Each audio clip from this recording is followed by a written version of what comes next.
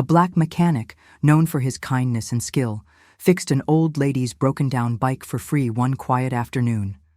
The next day, he was fired. No warnings, no questions, just shown the door. Whispers spread.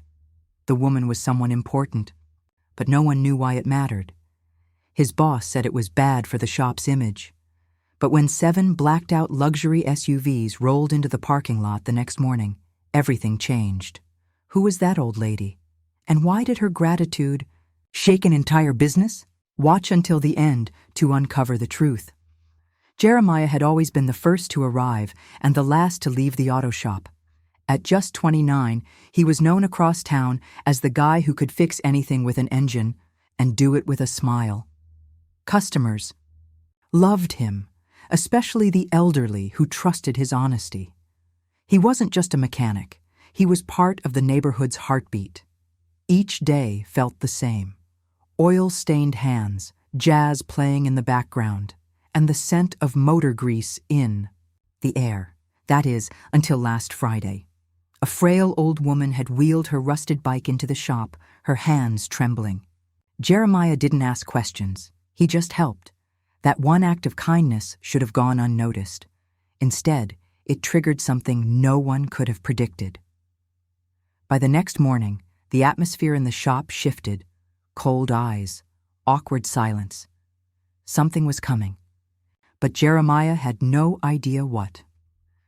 Jeremiah arrived at work early the next morning, same as always, toolbox in hand, headphones on, ready to work. But something was off. His co-workers, usually friendly, barely looked at him. The shop manager, Vince, a man who'd once praised Jeremiah as the soul of the garage, called him into the office with a strange coldness. No explanations, just a termination letter and a vague comment about professional image. Confused and stunned, Jeremiah asked if it had something to do with the woman he helped. Vince's jaw tightened. "You don't know who she is, do you?" That's all he said before turning away. Outside, Jeremiah stood in the parking lot, heart pounding, the letter crumpled in his hand. No severance, no warning, just gone. Word spread fast, rumors mixed with subtle smirks. One mechanic muttered something about causing problems by trying to look good. It stung, not just the firing, but the silence. Not one colleague defended him, not one. That evening, he sat on his porch, staring at the sunset, trying to make sense of it all. Why would helping someone, especially an old lady, get him fired? Who was she really? Then, the next morning, as the shop opened, 7 gleaming black SUVs pulled into the lot.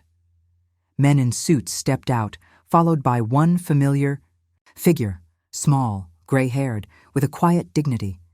The same woman he helped, and behind her, someone none of them expected. Something was about to change. The old woman stepped forward, flanked by men in suits. Cameras followed. Vince, the shop manager, went pale. She spoke calmly to the staff, revealing who she was: Margaret Langston, widow of a tech billionaire, owner of one of the largest corporate fleets in the state. She explained how Jeremiah had helped her when no one else would, and how she planned to transfer her entire vehicle maintenance contract, worth millions, to a garage that valued decency over discrimination. Then she turned to Jeremiah. "You'll manage it." The silence was deafening. Vince's mouth moved, but no words came. His face flushed as the weight of what he'd done settled in.